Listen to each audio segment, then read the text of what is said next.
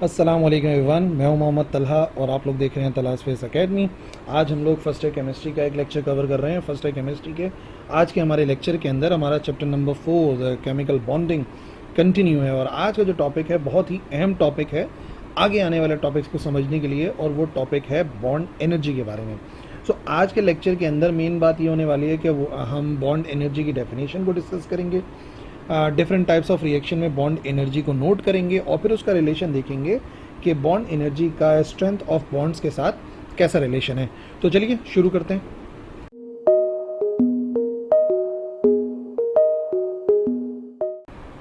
तो सबसे पहले डिफाइन कर लेते हैं व्हाट इज़ बॉन्ड एनर्जी। ठीक है, दो तरीक़ों से हम डिफाइन करेंगे और बेहतर ये है कि आप दोनों ही याद रखिए। सबसे पहली बात यह है energy required to break a bond. ठीक है, टू ब्रेक अ बॉन्ड, एक बॉन्ड को ब्रेक करने में between two atoms in diatomic molecules. एक डाई एटॉमिक मॉलिक्यूल है, उसमें कितनी एनर्जी रिक्वायर्ड है बॉन्ड्स को ब्रेक करने में, उस बॉन्ड को ब्रेक करने में जो डाई एटॉमिक का मतलब होता है दो एटम।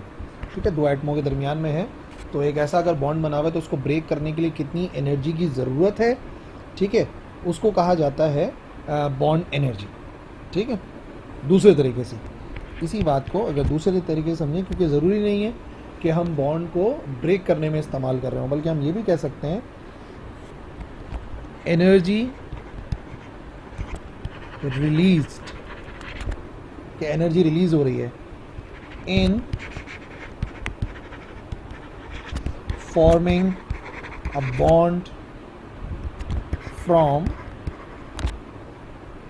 The free atoms.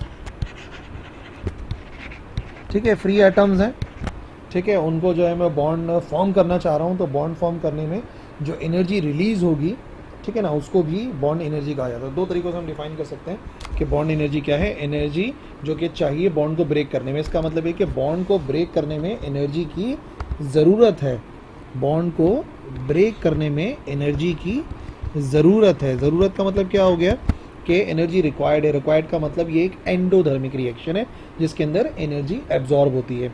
जबकि अगर आप यहाँ पे देखिए कि यहाँ पर हम एक बॉन्ड को फॉर्म कर रहे हैं, तो बॉन्ड को फॉर्म करने में एनर्जी क्या हो रही है, रिलीज़ हो रही है।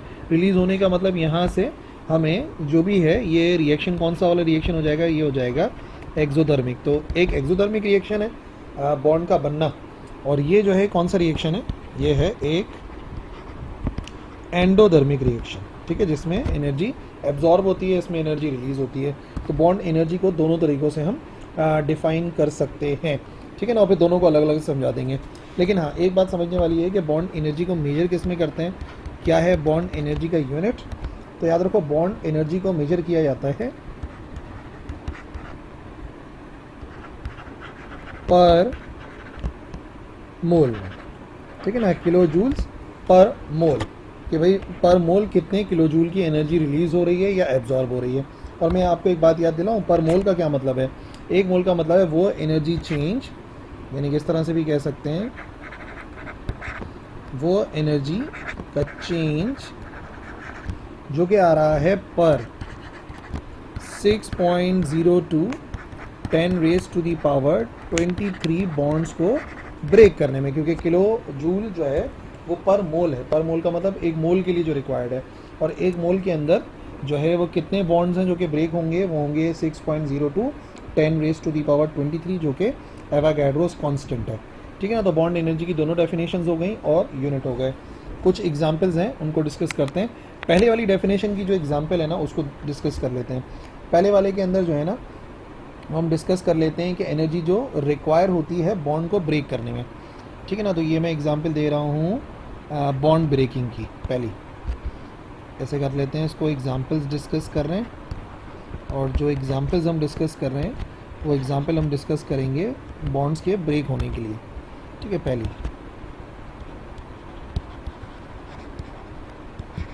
ब्रेकिंग द बॉन्ड, अगर बॉन्ड ब्रेक हो रहा है तो क्या क्या एग्जाम्पल हो सकती है? दो आसान सी एग्जाम्पल हैं। एक हाइड्रोजन मॉलिक्यूल की एग्जाम्पल सपोज कर लेते हैं। ये एक हाइड्रोजन मॉलिक्यूल है, दिस इज हाइड्रोजन मॉलिक्यूल, ठीक है। और इसका हम जो है वो बॉन्ड ब्रेक कर रहे हैं, यानी कि हम जो है वो दो फ्री हाइड्रोजन बना रहे हैं, ठीक है ना। और ये भी इन फॉर्म ऑफ गैस होते हैं और ये भी इन फॉर्म ऑफ गैस। तो ये हम क्या बना रहे हैं? ये हम बना रहे हैं फ्री एटम्स ऑफ हाइड्रोजन, ठीक है ना। एटम्स हैं हाइड्रोजन के। तो बॉन्ड को ब्रेक किया, तो बॉन्ड को ब्रेक करने में हमें एनर्जी की ज़रूरत है। कितनी एनर्जी की ज़रूरत है? तो इस रिएक्शन के अंदर होती है 435 किलो जूल पर मोल, ठीक है। वो तो हम बता चुके हैं, जो यूनिट है वो पर मोल होता है। तो मोल इन्वर्स भी लिख सकते हैं, पर मोल भी लिखा जा सकता है। ये पहली मिसाल हो जाएगी। और दूसरी मिसाल भी देख लेते हैं जिसमें बॉन्ड ब्रेक हो रहा है और वो ऑक्सीजन मॉलिक्यूल के दरमियान में, ऑक्सीजन में डबल बॉन्ड होता है और ऑक्सीजन भी गैसियस फॉर्म में होती है। और हम बात कर रहे हैं यहाँ पर ऑक्सीजन मॉलिक्यूल की। ऑक्सीजन मॉलिक्यूल आ गया, ब्रेक होगा तो जाहिर सी बात है दो ऑक्सीजन आ जाएंगे, ठीक है ना, इन फॉर्म ऑफ गैस। ये फ्री एटम्स हैं और ये फ्री एटम्स किसके आ गए? ये फ्री एटम्स आ गए ऑक्सीजन के। तो जाहिर सी बात है यहाँ पर भी एनर्जी रिक्वायर है। और एनर्जी रिक्वायर है, कितनी एनर्जी रिक्वायर है बता देते हैं। यहाँ पे एनर्जी रिक्वायर्ड है 498 किलो जूल पर मोल। और आप देख सकते हो कि एक बॉन्ड को ब्रेक कर रहे थे तो 435 किलो जूल पर मोल एनर्जी रिक्वायर्ड थी, और डबल बॉन्ड को ब्रेक कर रहे हैं तो 498 किलो जूल पर एनर्जी रिक्वायर्ड थी। ये दो मिसालें हो गई जिसके अंदर जो है वो हम बॉन्ड्स को ब्रेक कर रहे थे। बट एग्जाम्पल्स के अंदर ये भी हो सकता है कि हम बॉन्ड्स को फॉर्म कर रहे हो। तो दो एग्जाम्पल जो है फॉर्मिंग ऑफ बॉन्ड्स भी देख लेते हैं कि जब बॉन्ड्स हम बना रहे होते हैं तो एनर्जी जिस तरीके से जो है वो हमें रिलीज़ होती है वो कैसे बनाएं। तो मिसाल तौर पे हाइड्रोजन की पहली मिसाल, हाइड्रोजन हमें मालूम है इन फॉर्म ऑफ गैस, और वो कंबाइन हुआ दूसरे फ्री हाइड्रोजन के साथ। तो नतीजे में क्या हुआ? हाइड्रोजन हाइड्रोजन के साथ बॉन्ड बनाता है, ठीक है। हाइड्रोजन ने हाइड्रोजन के साथ बॉन्ड बनाया तो हाइड्रोजन गैस बनी। अब इसमें भी जो एनर्जी है, बट यहाँ पे जो एनर्जी है वो रिलीज़ होगी तो माइनस लिखेंगे और सेम वही वैल्यू है 435 किलो जूल पर मोल, ठीक है, पर मोल में आ जाएगा। और इसी तरीके से जब ऑक्सीजन वाली मिसाल को रिवर्स में देखेंगे तो यहाँ पर आ गया ऑक्सीजन फ्री स्टेट और फिर ये भी आ गया ऑक्सीजन फ्री स्टेट, कंबाइन हुए तो ऑक्सीजन के दरमियान में डबल बॉन्ड बना इन फॉर्म ऑफ गैस। तो अभी पिछले वाले उसमें हमने देखा था प्लस 498 थी, तो ये हो जाएगी अब यहाँ पर माइनस का 498 किलो जूल पर मोल, ठीक है ना। और याद रखने वाली बात क्या है कि जो बॉन्ड्स का ब्रेक होना है वो कौन सा रिएक्शन है? वो है एंडोधर्मिक, जहाँ पे एनर्जी क्या होती है? जहाँ पे एनर्जी जो है वो एब्जॉर्ब होती है। जबकि ये जो प्रोसेस है, ये सारे के सारे प्रोसेस कौन से हैं? ये हैं एक्सोधर्मिक रिएक्शन, क्योंकि यहाँ पे एनर्जी जो है वो रिलीज़ हो रही है, ठीक है। हो गई मिसालें।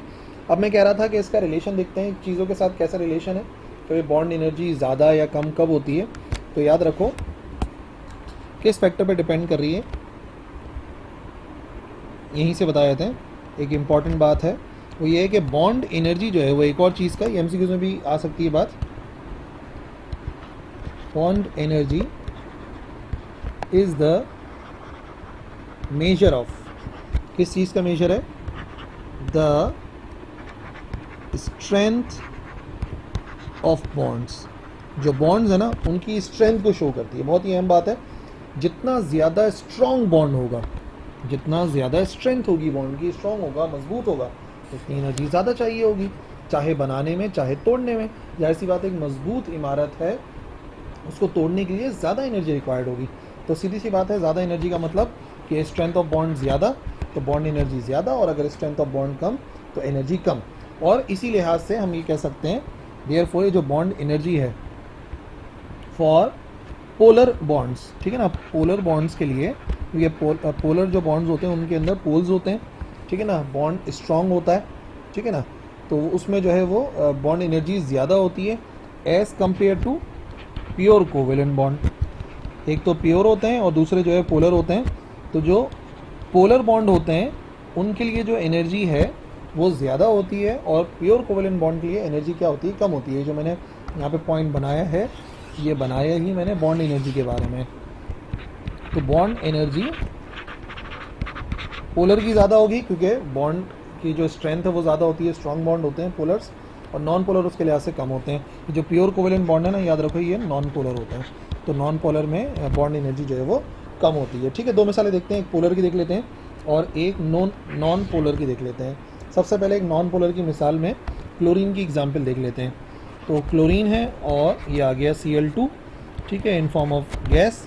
यहाँ पे क्या होगा, यहाँ पे अगर दोनों फ्री स्टेट के अंदर हम लेकर आएंगे क्लोरीन को, तो नतीजे में एनर्जी कितनी है, नतीजे में एनर्जी होती है 244 किलो जूल पर मोल।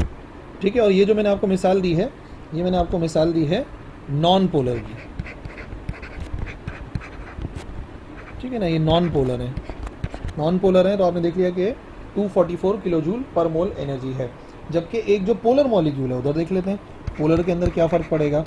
पोलर के अंदर एक मिसाल देख लेते हैं, HCl की एग्जांपल देखते हैं। तो यहाँ पर HCl बॉन्ड फॉर्म हुआ हुआ है, पार्शली पॉजिटिव है, पार्शली नेगेटिव है। अब क्या होगा, अब अगर हम इस पोलर मॉलिक्यूल में बॉन्ड को ब्रेक कर रहे हैं तो बॉन्ड को ब्रेक करने में हाइड्रोजन अलग हो जाएगा, हाइड्रोजन आइन आ गया अलग से फॉर्म ऑफ गैस और क्लोरीन आइन आ गया अलग से। तो नतीजे में इसके अंदर जो एनर्जी होगी ना, इसके लिए जो एनर्जी रिक्वायर है बॉन्ड को ब्रेक करने में, वो कितनी है, वो होती है 431 किलो जूल पर मोल। तो आप देख सकते हो पोलर में ज़्यादा एनर्जी चाहिए as compare to non polar. और फिलहाल तो इतना डिफरेंस नहीं नज़र आ रहा क्योंकि एक तरफ क्लोरीन थी और एक तरफ जो है वो हाइड्रोजन और क्लोरीन थे। ठीक है ना, लेकिन आपने याद रखना है कि भाई ये डिपेंड करता है कि कितना ज़्यादा वो जो है हमारी बॉन्ड की स्ट्रेंथ है, और जो बॉन्ड की स्ट्रेंथ है वो डिपेंड करती है उनके पार्शियल आयनिक कैरेक्टर पे। ठीक है ना, अब जितना ज़्यादा आयनिक कैरेक्टर होगा उतनी ज़्यादा वैल्यू होगी ऑफ बॉन्ड एनर्जी।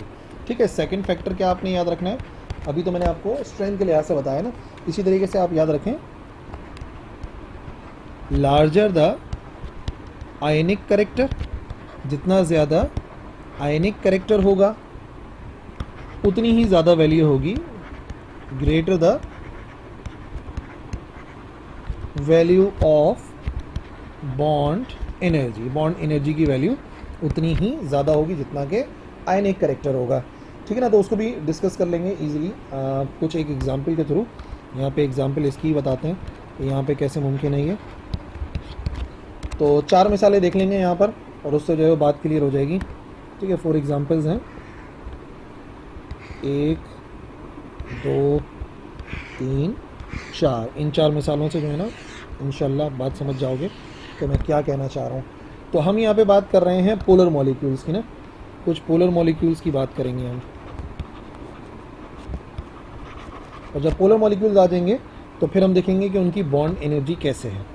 यहाँ पे पोलर मॉलिक्यूल्स आ गए और यहाँ पर हम देखेंगे उनकी बॉन्ड एनर्जी कितनी कितनी होती है। तो उससे एक पैटर्न एक्चुअली आपको क्लियर हो जाएगा। एग्जैक्ट वैल्यू याद रखना ज़रूरी नहीं है, बट पैटर्न समझ में आ जाएगा। और बॉन्ड एनर्जी आपको पता है किलो जूल पर मोल के अंदर हम नापते हैं।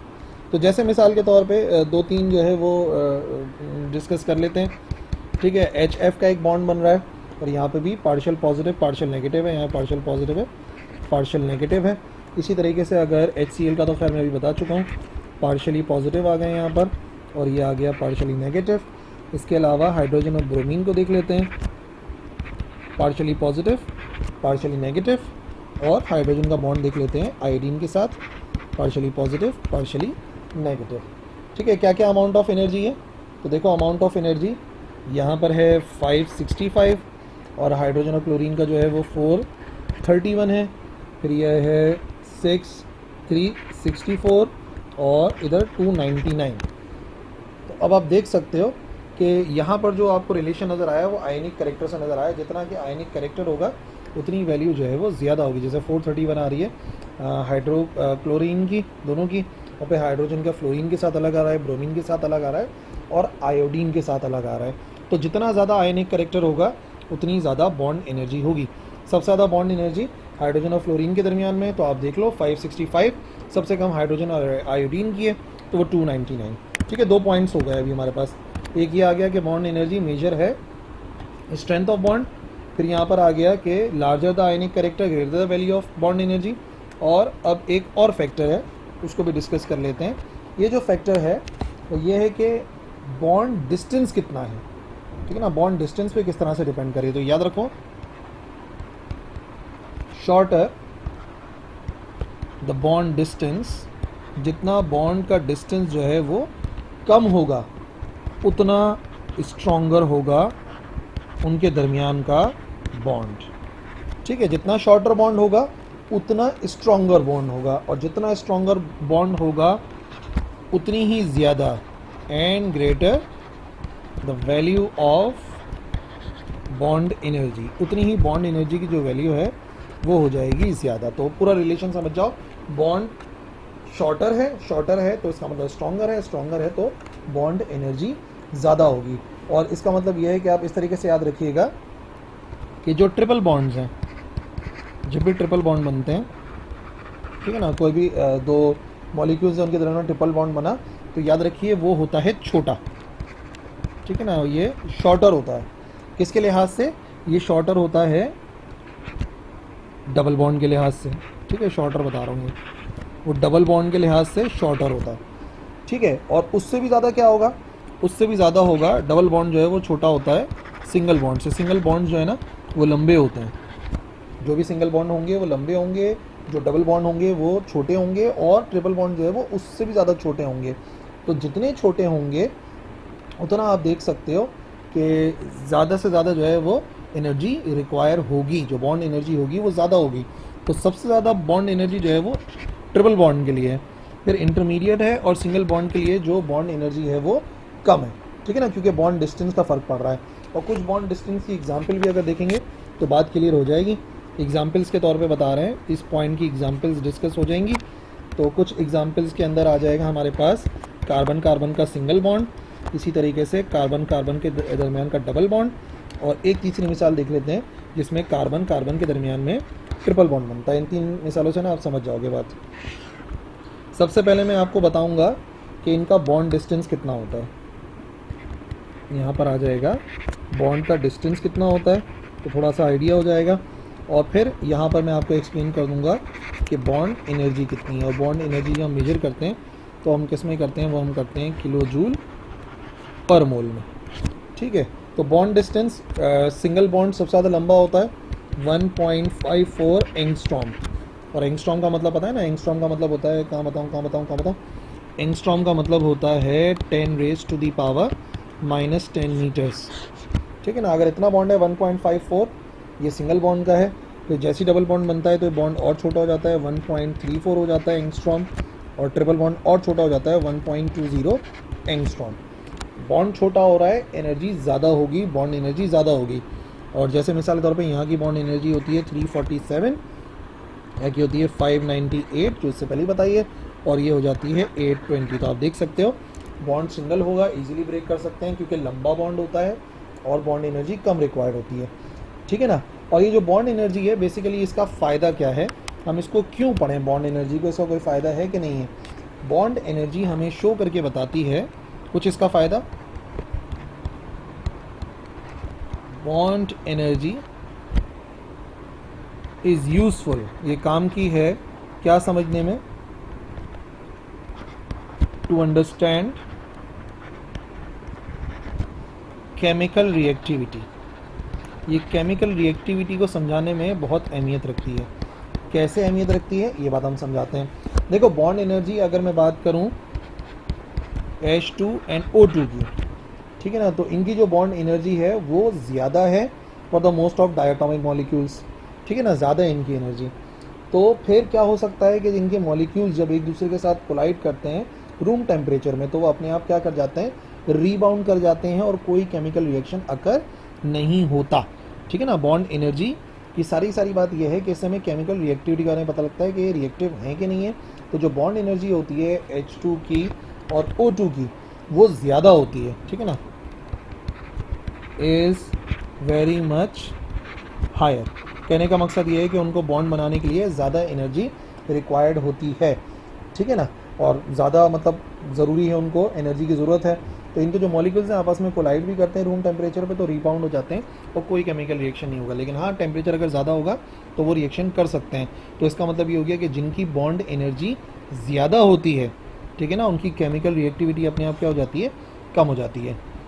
तो ये जो है वो चारों पांचों पॉइंट हो गए जिसके ज़रिए जो है वो बॉन्ड एनर्जी को आप समझेंगे, और इंशाल्लाह फिर आगे चलकर केमिकल रिएक्टिविटी भी क्लियर होगी।